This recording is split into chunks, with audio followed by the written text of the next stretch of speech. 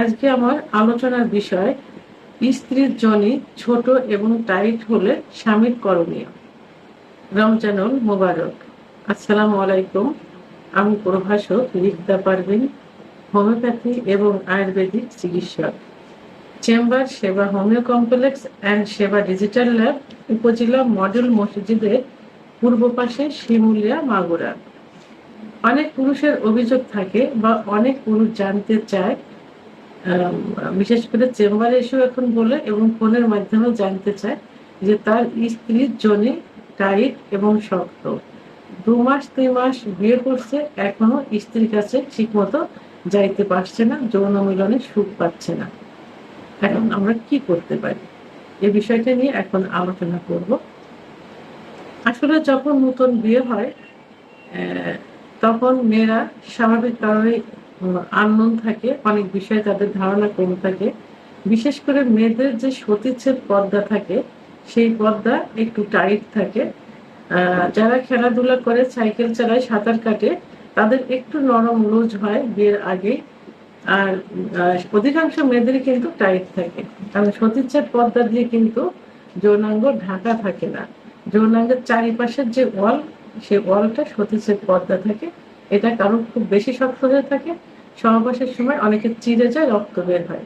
তো অনেকে রক্ত বের হয় না, কিন্তু শক্ত থাকে। তো এটা ধীরে ধীরে ঠিক হয়ে যায়, কারণ নতুন বিয়ে ওখানে যখন সহবাস করতে করতে একটা অভ্যাসে পরিণত হয়ে যাবে, জায়গাটা লুজ হয়ে যাবে। এখন নতুন অবস্থায় তো টাইট থাকে, সহবাস করতে করতে জায়গাটা লুজ হয়ে যাবে। লুজ হয়ে গেলে একটা সময় দেখা যাবে 2-3 মাস কি 6 মাস পরে যে ঠিক হয়ে যাবে। এটা নিয়ে টেনশন করার কোনো কারণ নেই। এবং অনেক ছেলে আপসেট হয়ে যায়, অনেকেই বলে যে স্ত্রীর কাছ থেকে কিছুই পাচ্ছি না, এখন কি করতে পারি। তো এক্ষেত্রে পুরুষদের অবশ্যই ধৈর্য ধারণ করতে হবে এবং স্ত্রীকে যখন সহবাসে লিপ্ত হবেন তখন স্ত্রীকে পর্যাপ্ত পরিমাণ ফোরপ্লে করতে হবে।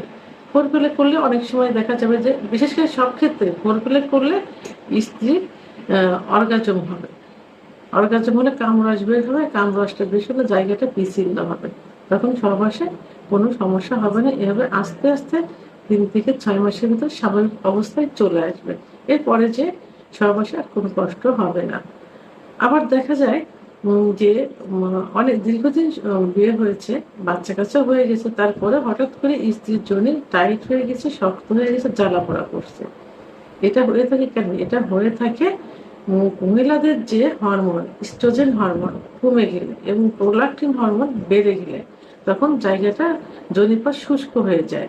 অর্গাজম করলেও সেখানে কামড় আসে না, জায়গাটা ভেজে না, শুষ্ক থাকে। ফলে সহবাসের সময় ব্যথা অনুভব করে জায়গাটা একদম চুপসে যায় এবং জ্বালাপোড়া অনুভব করে। তো এটা শুধু মানে বিয়ের কিছুদিন পরে না, বাচ্চা কাচ্চা হলেই না, নতুন বিয়েতেও কিন্তু মহিলাদের এরকম হতে পারে। অর্থাৎ যে তাদের যে হরমোন, সে হরমোনটা কমে যেতে পারে। আর হরমোন কমে গেলে কিন্তু সেক্সটা কমে যায়। আর সেক্স যখন কমে যাবে তখন অর্গাজম, ফোরপ্লে করলেও অর্গাজম হবে না এবং সেখানে কামরাজ বের হবে না, জায়গাটাও পিছিল্য হবে না। ফলে জায়গা টাইট মনে হবে এবং শক্ত মনে হবে।